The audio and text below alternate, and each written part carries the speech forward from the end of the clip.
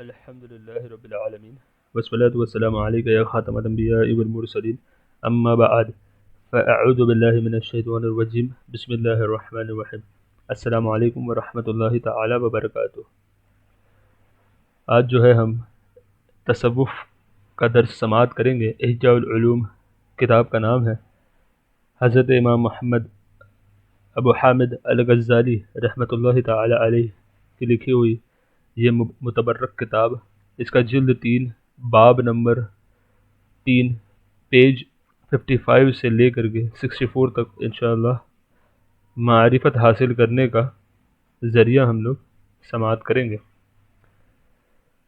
باب نمبر 3 معرفت حاصل کرنے کا بیان۔ اس میں 8 فصل ہے، یعنی اس میں 8 سیکشنز ہے۔ پہلا سیکشن، پہلی فصل، اہل کشف اور علماء ظاہر کا علم۔ جان لیجئے کہ علم نظری حاصل ہونے کی مختلف صورتیں ہیں۔ کبھی بغیر کسی غور و فکر کے ایک دم دل میں ڈال دیا جاتا ہے، اور کبھی غور و فکر کرنے اور سیکھنے سے حاصل ہوتا ہے۔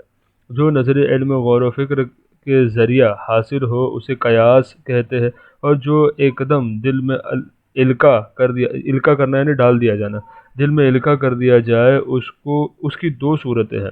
نمبر 1، جس بندے پر القاء ہوا وہ خود نہ جانتا ہو کہ اسے یہ علم کیسے اور کہاں سے حاصل ہوا، تو اسے الہام کہتے ہیں۔ ایسی صورت میں اسے الہام کہا جاتا ہے کہ وہ خود نہیں جانتا کہ یہ علم اسے کہاں سے اور کیسے حاصل ہوا۔ نمبر 2، اگر بندہ القاء کرنے والے فرشتے کو دیکھے اور اس پر القاء کے اسباب ظاہر ہو تو اسے وحی کہتے ہیں۔ وحی انبیاء کرام علیہ السلام کا خاصہ ہے، ٹھیک ہے، یہ صرف انبیاء علیہ السلام کا خاصہ ہے۔ الہام اولیاء اور صوفیہ رحمہم اللہ تعالی کا خاصہ ہے، اور غور و فکر کرنا اور سیکھنے سے حاصل ہونے والا علم یعنی قیاس علماء ظاہر کے ساتھ خاص ہے۔ سبحان اللہ۔ حقیقت یہ ہے کہ دل اس لیے پیدا کیا گیا ہے کہ تمام امور اس پر حق تعالی کی تجلی سے روشن ہو جائے، لیکن 5 وجوہات جو ہم پچھلے باب میں ذکر کر چکے وہ دل اور تجلی الہی کے درمیان اس پردے کی طرح حائل ہو جاتی ہے جو دل اور لوح محفوظ کے درمیان رکاوٹ ہے، اور لوح محفوظ پر قیامت تک ہونے والے وہ تمام امور نقش ہے جن کے متعلق اللہ تبارک و تعالی فیصلہ فرما چکا۔ لوح محفوظ پر نقش حقیقتوں کا دل پر واضح ہونا ایسا ہے جیسا کسی شے کی صورت کا 2 آئینوں میں ظاہر ہونا۔ سبحان اللہ۔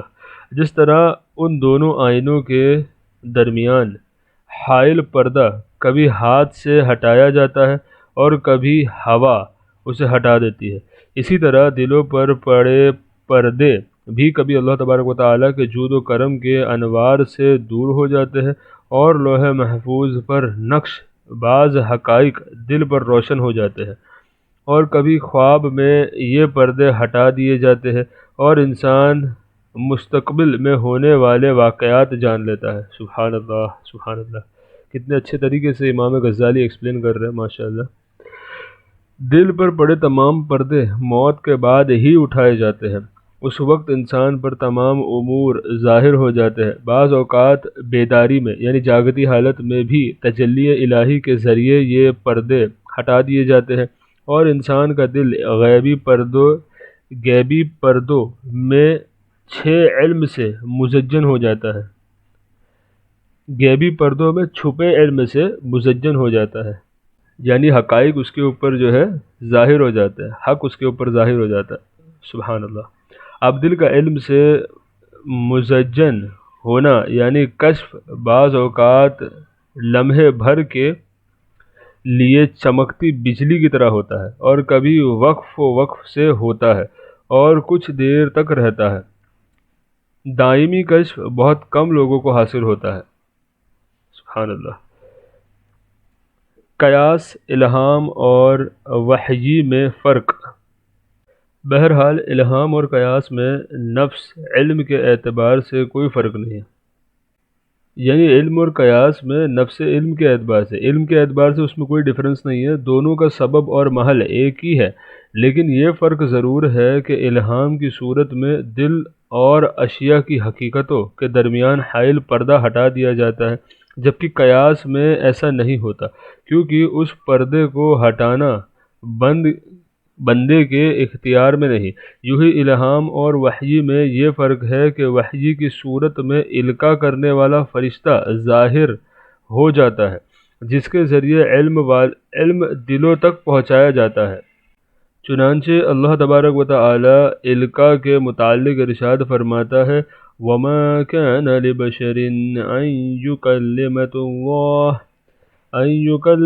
اللَّهُ إِلَّا وَحْيًا أَوْ مِن وَرَاءِ حِجَابٍ أَوْ يُرْسِلَ رَسُولًا فَيُوحِيَ بِإِذْنِهِ مَا يَشَاءُ۔ سورہ شورى آیت نمبر 51 پارہ 25۔ ترجمہ کنز ایمان۔ اور کسی آدمی کو نہیں پہنچتا کہ اللہ تبارک و تعالی اس سے کلام فرمائے مگر وحی کے طور پر، یا یوں کہ وہ بشر پردہ عظمت کے ادھر ہو، یا کوئی فرشتہ بھیجے کہ وہ اس کے حکم سے وحی کرے جو وہ چاہے۔ سبحان اللہ۔ اہل کشف کا حصول علم کا طریقہ۔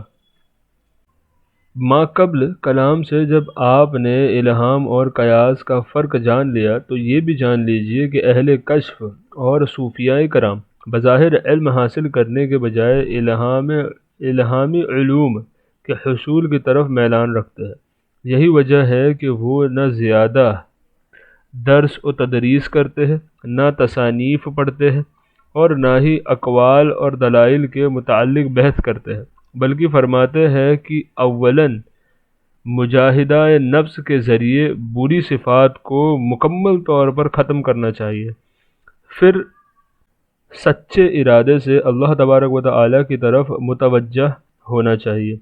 جب انسان یہ طریقہ اپناتا ہے تو اللہ تبارک و تعالی اس کا دل اپنے ذمہ کرم پر لے لیتا ہے، اور جب دل کے معاملات اللہ تبارک و تعالی کے ذمہ کرم پر ہو تو اس پر رحمتوں کی بارش ہوتی ہے، دل نور سے جگمگا اٹھتے ہیں، سینہ انوار الہی کے لیے کھول دیا جاتا ہے، اس پر غیبی اسرار یعنی غیبی راز ظاہر کر دیے جاتے ہیں، رحمت الہی کے سبب دل سے غفلت کا پردہ ہٹا دیا جاتا ہے، اشیاء کی حقیقتیں دل پر واضح ہو جاتی ہیں۔ لہٰذا انسان کو چاہیے کہ مجاہدہ نفس کرتا رہے اور حضور قلب، سچا ارادہ اور شدت پیاس سے ہمیشہ رب تعالیٰ کی بارگاہ میں حاضر رہے، تاکہ اللہ تبارک و تعالیٰ اپنے رحمت کا دروازہ اس پر کھول دے، کیونکہ انبیاء کرام علیہم السلام اور اولیاء اعظام رحمۃ اللہ علیہ پر جو حقائق واضح ہوتے ہیں اور ان کے سینے نور سے روشن ہوتے ہیں، اس کی وجہ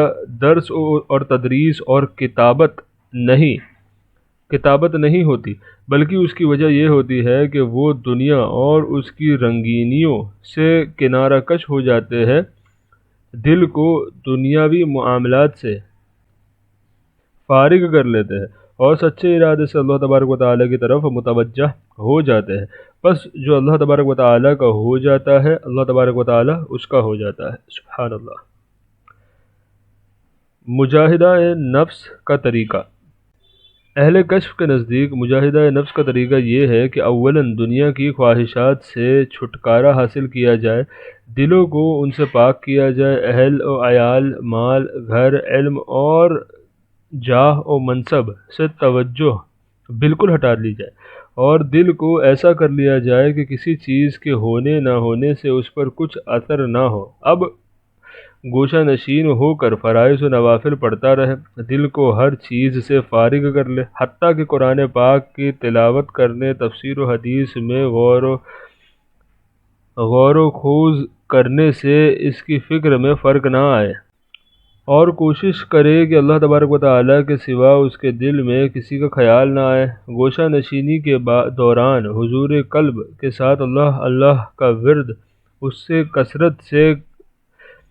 کثرت سے کرے کہ زبان اگرچہ رک جائے لیکن یہ کلمہ جاری رہے، پھر زبان کے بجائے دل ہی دل میں اس کا ورد کرتا رہے، حتیٰ کہ یہ کیفیت ہو جائے کہ دل سے حروف اور کلمہ کی شکل مٹ جائے اور اس کا معنی دل پر ایسا جم جائے کہ کبھی جدا نہ ہو۔ سبحان اللہ۔ اچھا، یہ جو یہاں پہ ذکر بتایا نا کہ سانسوں سے ذکر کرے، اس کو کہتے ہیں ذکر پاس انفاس، یعنی ہر سانس کے ساتھ ذکر کرنا۔ اس پر علامہ پیر ثاقب محمد اقبال شامی دامت برکاتہم العالیہ کا بہت عمدہ بیان بھی موجود ہے، تزکیہ قلب اور توبہ کے پریکٹیکل میتھڈز کے حوالے سے۔ لنک انشاءاللہ تعالی ڈسکرپشن میں ڈالنے کی کوشش کروں گا، آپ لوگ اسے گو تھرو کریں، مزید پریکٹیکل طریقہ آپ کو پتہ چلے گا کہ کس طریقے سے اس کو امپلیمنٹ کرنا چاہیے۔ بندے کو اس مقام تک پہنچنے اور وساوس کو یعنی وسوسوں کو خود سے دور کر کے ہمیشہ اس حالت پر قائم رہنے کا تو اختیار حاصل ہے، لیکن اللہ تبارک و تعالیٰ کی رحمت حاصل کرنا بندے کے اختیار میں نہیں، بلکہ ان اعمال کا ذریعہ رحمت الہی کی امید بڑھ جاتی ہے اور بندہ اب رحمت الہی کے نزول کا منتظر رہتا ہے، جیسا کہ انبیاء کرام اور اولیاء اعظام علیہم السلام پر ان اعمال کے سبب رحمت کا دروازہ کھول دیا جاتا ہے۔ اس وقت اگر بندے کا ارادہ سچا ہو، توجہ خالص ہو، استقامت کامل ہو، خواہشات سے مکمل چھٹکارا حاصل ہو کہ دل میں دنیا کا ذرا بھی خیال نہ ہو، تو اس کا دل انوار الہی سے روشن ہو جاتا ہے۔ ابتداً تجلی الہی بجلی کی طرح پڑتی ہے، پھر اگر لوٹ آئے تو وقف سے یعنی تھوڑی دیر دیر میں وقف سے اس کا سینہ روشن ہوتا رہتا ہے۔ بعض لوگوں پر یہ انوار مسلسل وارد ہوتے رہتے ہیں اور بعض کا دل صرف ایک مرتبہ روشن ہوتا ہے۔ اولیاء کرام رحمۃ اللہ علیہ کا مراتب ان کی صفات کے اعتبار سے بے شمار ہے، لہٰذا اس راہ پر چلنے والے کو چاہیے کہ اپنے دل کو پاک و صاف کرے اور رحمت الہی کا منتظر رہے۔ سبحان اللہ۔ مجاہدہ نفس علماء ظاہر کی نظر میں، علماء ظاہر اور مجتہدین صوفیاء کرام کے اس طریقے یعنی مجاہدہ نفس اور اس کے فائدے کا انکار نہیں کرتے، کیونکہ انبیاء کرام اور اولیاء اعظام علیہم السلام کی سیرتوں میں یہ طریقہ ملتا ہے، لیکن وہ فرماتے ہیں کہ اس راہ میں بہت ہی مشقتیں برداشت کرنی ہوتی ہے، اس کے ثمرات دریا سے ظاہر ہوتے ہیں، نیز اس کی شرائط کا جمع ہونا بھی بے حد مشکل ہے۔ ان کے خیال میں دنیا سے اس قدر کٹ جانا انسان کے لیے متعذر ہے، یعنی تکلیف پہنچانے والا ہے۔ اگر وقتی طور پر یہ کیفیت طاری ہو بھی جائے تو اس کا برقرار رہنا تقریباً ناممکن ہے، کیونکہ معمولی وسوسے اور خیالات دل میں ضرور رہتے ہیں۔ چنانچہ رسول اکرم صلی اللہ تعالی علیہ وآلہ وسلم نے ارشاد فرمایا، یعنی مومن کا دل ابلتے ہوئے ہنڈی سے بھی زیادہ جوش مارتا ہے۔ ایک حدیث پاک میں ہے، یعنی مومن کا دل رحمان جل وعلا کے دو انگلیوں کے درمیان ہے۔ سبحان اللہ۔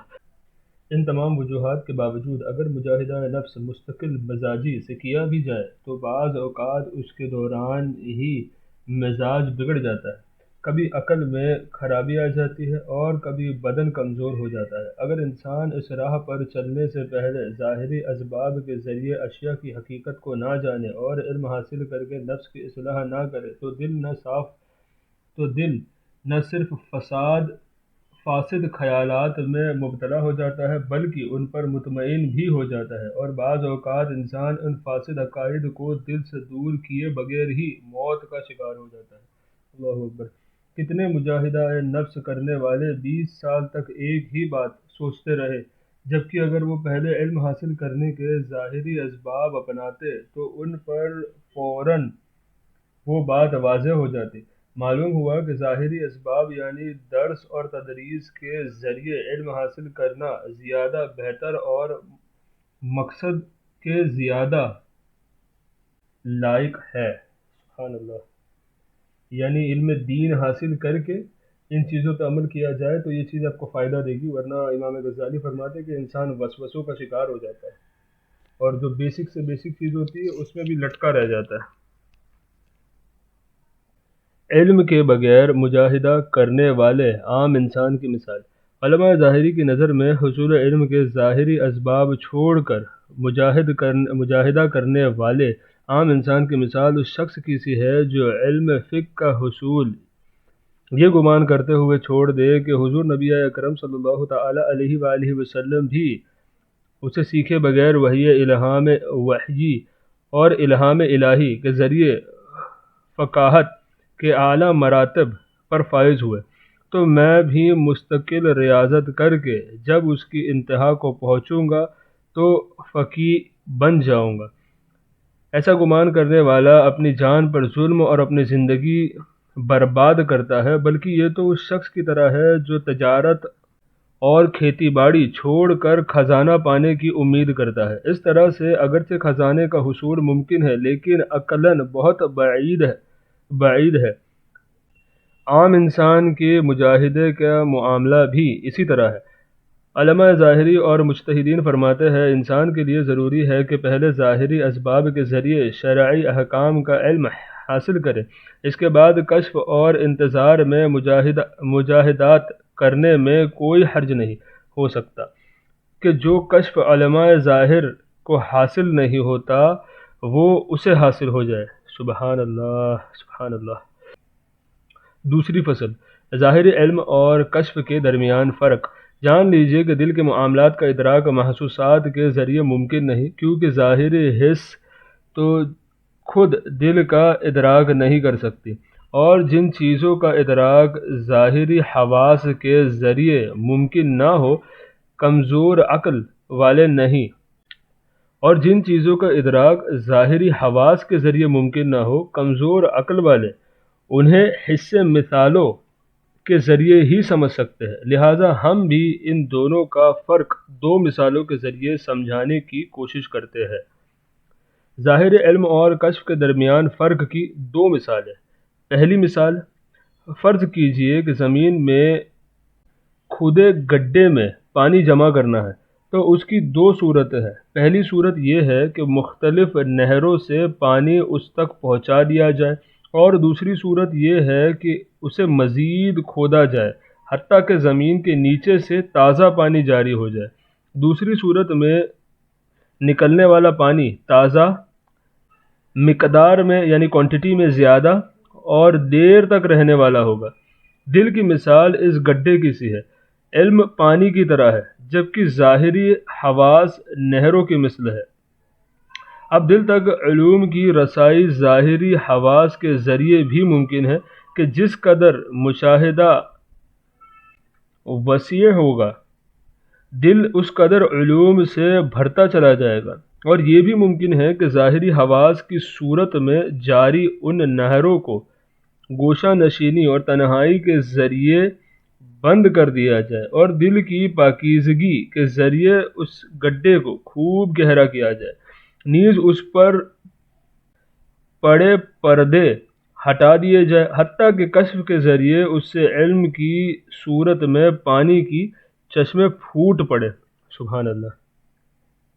ایک سوال اور اس کا جواب۔ اگر آپ کہے کہ دل سے علم کا جاری ہونا کیسے ممکن ہے جبکہ دل تو اس سے خالی ہوتا ہے، تو جان لیجئے کہ یہ معاملہ دل کے عجائبات میں سے ہے۔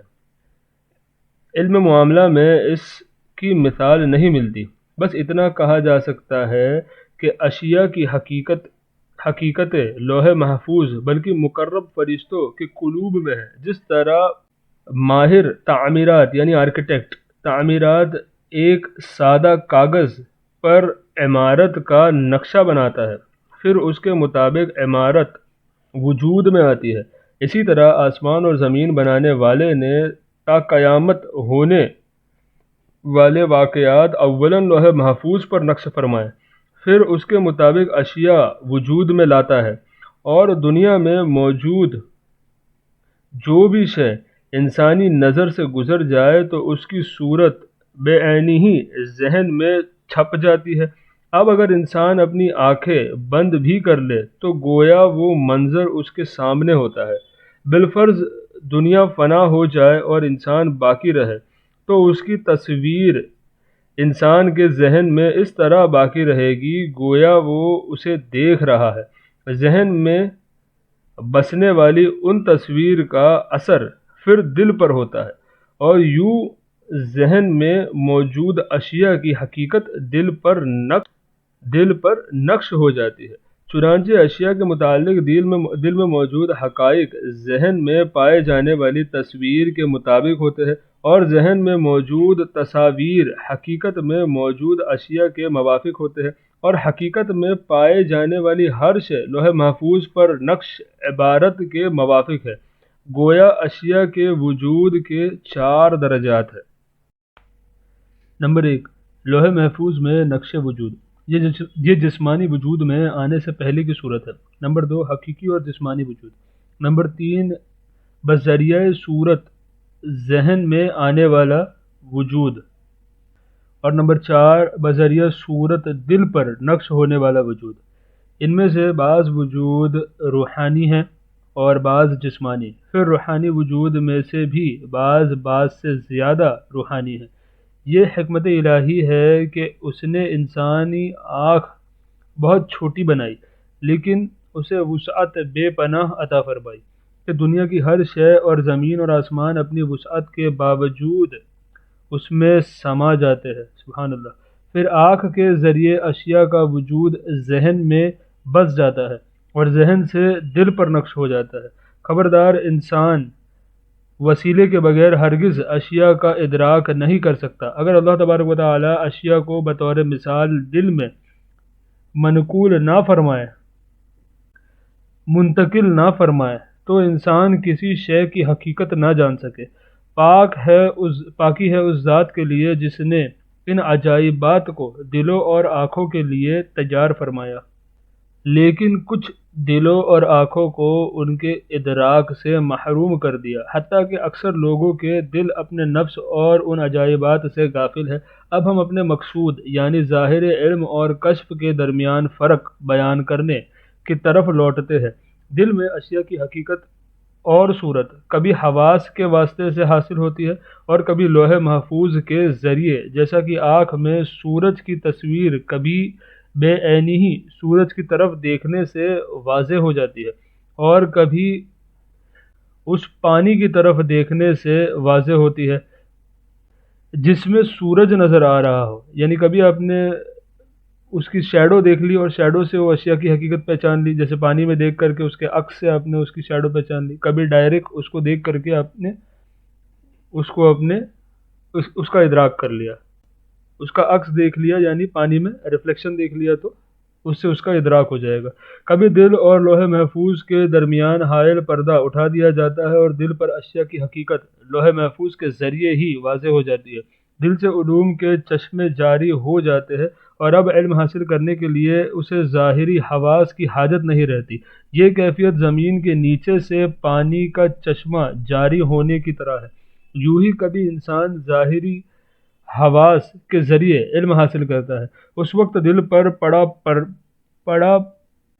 پڑے پردے کے سبب انسان لوح محفوظ پر لکھی باتیں نہیں پڑھ پاتا، جیسا کہ نہروں سے پانی پھرنے کی صورت میں زمین کے نیچے سے پانی نہیں نکلتا اور پانی کے ذریعے سورج دیکھنے والا شخص سورج کی طرف نظر نہیں کرتا۔ سبحان اللہ۔ دل کے 2 دروازے، گویا دل کے دروازے 2 ہیں، ایک غیبی یعنی لوح محفوظ اور عالم ملائک کی طرف کھلتا ہے، اور دوسرا ظاہری حواس کی طرف کھلتا ہے، جن کے ذریعے ظاہری دنیا اور اشیاء کی حقیقتوں کو جانا جاتا ہے۔ ظاہری دنیا بعض اوقات غیبی دنیا آگاہی کا سبب بنتی ہے۔ بہرحال ظاہری حواس کی طرف والا دل کا دروازہ تو ہر ایک کے لیے کھلا ہے، لیکن غیبی دنیا اور لوح محفوظ کی طرف والا باطنی دروازہ صرف اس کے لیے کھلتا ہے جو خوابوں میں ظاہر ہونے والے رازوں کو جان لیتا ہو۔ یقیناً نیند میں دل ماضی اور مستقبل کی باتوں پر مطلع ہوتا ہے، لیکن یہ اطلاع ظاہری حواس اور غور و فکر کے ذریعے حاصل نہیں ہوتی، بلکہ اس شخص کو حاصل ہوتی ہے جو گوشہ نشینی اپنا لے اور اللہ تبارک و تعالیٰ کا ذکر کرتا رہے، چنانچہ سبقت لے جانے والا۔ مروی ہے کہ ایک مرتبہ حضور نبی رحمت صلی اللہ تعالیٰ علیہ وآلہ وسلم نے ارشاد فرمایا، سبقت لے گئے۔ عرض کی گئی، یا رسول اللہ صلی اللہ تعالیٰ علیہ وآلہ وسلم کون لوگ ہیں؟ ارشاد فرمایا، اللہ تبارک و تعالیٰ کا ذکر کثرت سے کرنے والے، اور ذکر الہی نے ان کے بوجھ ان سے دور کر دیے، اور قیامت کے دن وہ بارگاہ الہی جل وعلا میں ہلکے پھلکے حاضر ہوں گے۔ سبحان اللہ۔